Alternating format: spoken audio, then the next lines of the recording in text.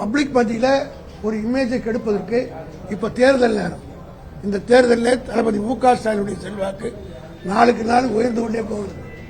திமுக கூடுதலாக வந்துகிட்டே இருக்கு. நான் ஒரே கேள்வி கேட்கிறேன், இதே இடி தானே நம்ம ப. சிதம்பரத்தை அரெஸ்ட் பண்ணி 100 நாள் உள்ள வச்சாங்களா இல்லையா? அதுக்கு பிறகு what is the development? 3 years ஆயிடுச்சு. அதே போல சிபிஐக்கு 570 கோடி ரூபாய் 2016ஆம் ஆண்டு நடு ரோட்ல 570 கோடி கண்டெய்னர் லாரியில் பிடிச்சி திராவிட முன்னேற்ற கழகத்தில் வழக்கு போட்டு சுப்ரீம் சிபிஐ என்கொயரி ஆகி எத்தனை 16ல இங்க எத்தனை வருஷம்? 10 வருஷம் ஆகி போச்சு. 10 வருஷம் வரல இன்னும் சிபிஐ எஃப்ஐஆர் கூட போல என்கொயரி பண்ணல. இந்த மைண்ட் ஆஃப் தி பப்ளிக் இந்த தேர்தத்தில் ஒரு இமேஜை ஸ்பாயில் பண்ணணும்னு பாக்குறாங்க. 1000 வழக்குகள் போட்டாங்க. இதை விட கடுமையான வழக்குகள்லாம் எங்கள் மீது போட்டு நாங்கள் தாண்டி வெற்றி பெற்று வெற்றி தொடி நாட்டிட்டு வந்திருக்கிற கட்சி தான் திமுக.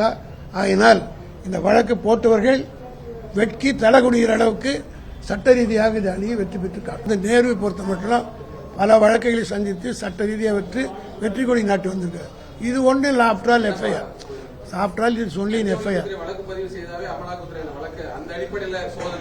எந்த சோதனை வந்தாலும் அவர் ஏற்கனவே பல முறை ஜெயிலுக்கு போயிட்டு வந்தார், பல முறை சரி காராகரித்து அனுபவித்தார். நீங்க கேட்கறது அவங்க வழக்கு சட்ட ரீதியாக இதை சந்திச்சு உரிய கோர்ட்டுக்கு போய் நாங்க வெளியே வருவோம். அதனால அவருக்கு நேருவை பொறுத்த மட்டும் இது போல அச்சத்துக்கோ இந்த மாதிரி துன்புறத்துக்கோ பயப்படக்கூடியவர்கள் தட்ட அடிக்க தான் பந்து உந்தோம்.